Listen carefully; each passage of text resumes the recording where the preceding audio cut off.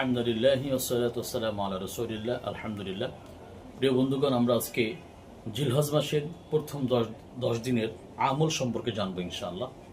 প্রিয় বন্ধুগণ, বুখারী শরীফের 969 নম্বর হাদিস, তিরমিজি শরীফের হাদিস, সুনান আবু দাউদ, সুনান ইবনে মাজাহ সহ, সুনান নাসাই সহ অসংখ্য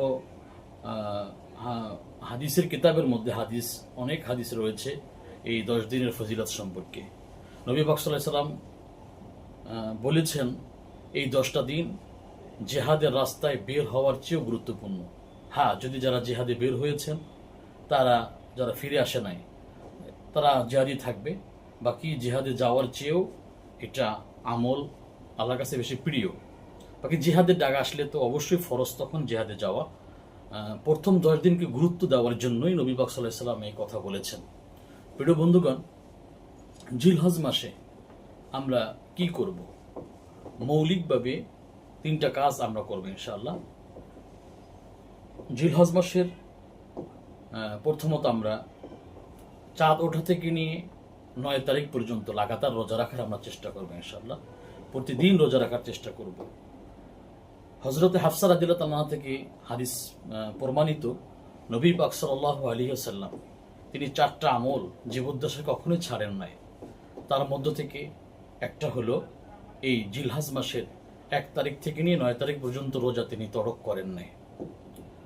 সুনানে আবু দাউদের মধ্যে এভাবে এসেছে, নবী পাক সাল্লাল্লাহু আলাইহি ওয়াসাল্লামের কাছে প্রিয় আমল ছিল এই 1 তারিখ থেকে নিয়ে 9 তারিখ পর্যন্ত রোজা রাখা। আবু হুরায়রা রাদিয়াল্লাহু আনহু থেকে একটা হাদিস আসছে, যদি কোনো ব্যক্তি এই জিলহজ মাসের প্রতিদিন রোজা রাখে, প্রথম 9 তারিখ 1 তারিখ থেকে 9 তারিখ পর্যন্ত প্রতিদিন রোজার বিনিময়ে আল্লাহ তাআলা তাকে 1 বছর রোজা রাখার সওয়াব দান করবেন। প্রিয় বন্ধুগণ, যদিও হাদিসের সনদের ক্ষেত্রে কিছু দুর্বলতা রয়েছে, বাকি মৌলিকভাবে তো রোজা রাখা এমনিতেই সওয়াব, আমরা রাখবো ইনশাআল্লাহ।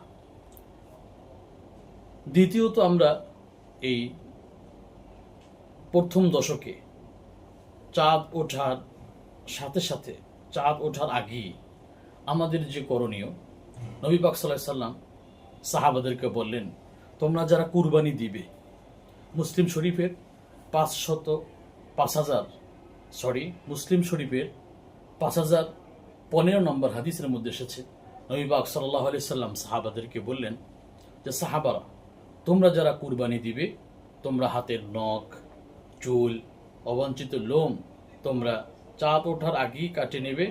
চাঁদ ওঠার পর আর কাটবে না। কুরবানির দিন কুরবানি দেওয়ার পরে পরিষ্কার করলে তোমরা আর একটা কুরবানি দেওয়ার সওয়াব পাবে। প্রিয় বন্ধুগণ, যারা কুরবানি দিবে তাদের জন্য সহিহ মুসলিমে বলা হয়েছে। বাকি যারা কুরবানি দিবেন না তাদের জন্য হাদিস প্রমাণিত। এক সাহাবীকে নবী করিম সাল্লাল্লাহু আলাইহি ওয়াসাল্লাম বললেন, সাহাবী আমার, আল্লাহ তাআলা এই পবিত্র ঈদুল আযহাকে উৎসব হিসাবে গণনা করার জন্য আল্লাহ তাআলা আমাকে বলেছেন। তো এই সাহাবা একটা পর্যায়ে তিনি বলেন, ইয়া রাসূলুল্লাহ, আমার তো পশু জবাই দেওয়ার মতো নাই। আমি দুগ্ধ পান করার জন্য একটা পশু আছে, তাছাড়া বোঝা বহন করার জন্য পশু আছে, কুরবানি দেওয়ার মতো আমার সাধ্যে নাই। তো নবী করিম সাল্লাল্লাহু আলাইহি ওয়াসাল্লাম ওই সাহাবাকে বললেন, সাহাবা, তুমি যদি চাঁদ ওঠার আগে নিজেকে পরিষ্কার করাও এবং চাঁদ ওঠার পরে আর তুমি তোমার হাতের নখ, তোমার চুল, অবাঞ্ছিত লোম না কাটো এবং কুরবানির দিন, ঈদের নামাজের পরে, কুরবানির আগে তো এগুলোকে পরিষ্কার করো, ইনশাআল্লাহ কুরবানির দিন ঈদের নামাজের পরে, কুরবানি দেওয়ার পরে যদি কাটো, তাহলে তোমাকে অবশ্যই আল্লাহ তাআলা একটা কুরবানির সওয়াব দান করবেন। এভাবে একটা হাদিস প্রমাণিত আছে। যদিও এই হাদিসের কথা আমি যেভাবে বলছি এইভাবে এদিক সেদিক একটু হতে পারে, বাকি এইভাবে একটা হাদিস আছে যে চাঁদ ওঠার পর থেকে নিয়ে 10 তারিখ কুরবানির আগ পর্যন্ত কোনো ব্যক্তি যদি এগুলো না কাটে এবং কুরবানির পরে যদি পরিষ্কার করে, আল্লাহ তাআলা তাকে একটা কুরবানির সওয়াব দান করবেন।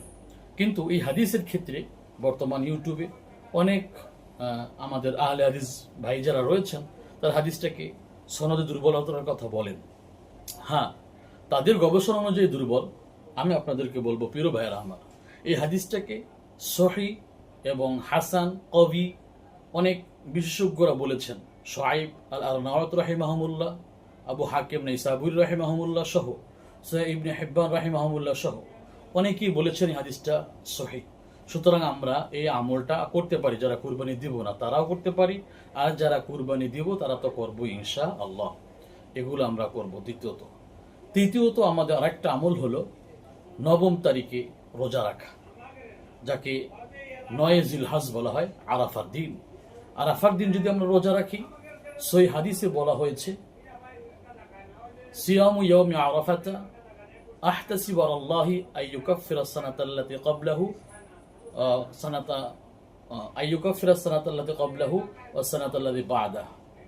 নবী করিম সাল্লাল্লাহু আও কামা ক্বালা আলাইহিস সালাতু ওয়াস সালাম, নবী পাক সাল্লাল্লাহু আলাইহি ওয়াসাল্লাম বলেছেন যে যদি কেউ আরাফার দিনে রোজা রাখে, তাহলে আল্লাহ তাআলা তাকে 1 বছর পূর্বের এবং পরের গুনাহগুলোকে ক্ষমা করে দিবেন।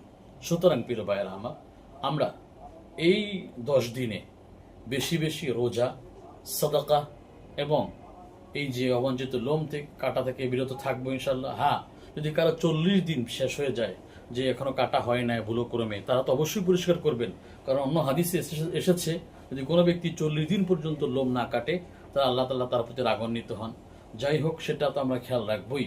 বাকি এই 3টা আমল ছাড়াও আরো কিছু আমল হাদিস দ্বারা প্রমাণিত আছে, যেমন ধরেন হযরত ওমর রাদিয়াল্লাহু তাআলা আনহু, তিনি এই 10 দিনে বেশি বেশি তাকবীর পড়তেন। আর এক হাদিসে এসেছে ফাআকসিরু ফিহা আত-তাসবিহ আত-তাহলিল আত-তাকবীর। হাদিসে এসেছে তোমরা এই 10ম দিনে বেশি বেশি তাসবিহ আদায় করো, আল্লাহ তাআলার তাকবীর, তারপর তাহলিল লা ইলাহা ইল্লাল্লাহ, আল্লাহু আকবার, সুবহানাল্লাহ, আলহামদুলিল্লাহ, এই যে তাসবিহগুলো বেশি বেশি পড়ার কথা বলা হয়েছে। এবং হযরত ওমর রাদিয়াল্লাহু তাআলার একটা আমল ছিল, তিনি সম্ভবত হযরত ওমর রাদিয়াল্লাহু তাআলা না হয় আব্দুল্লাহ ইবনে ওমর, দুইজনের যে কোনো একজন হবেন, যে তাদের আমল ছিল তারা এই 10 দিনে বেশি বেশি তাকবীরে তাশরিক পড়তেন, যেটা আল্লাহু আকবার, লা ইলাহা ইল্লাল্লাহু, আল্লাহু আকবার, ওয়া লিল্লাহিল হামদ।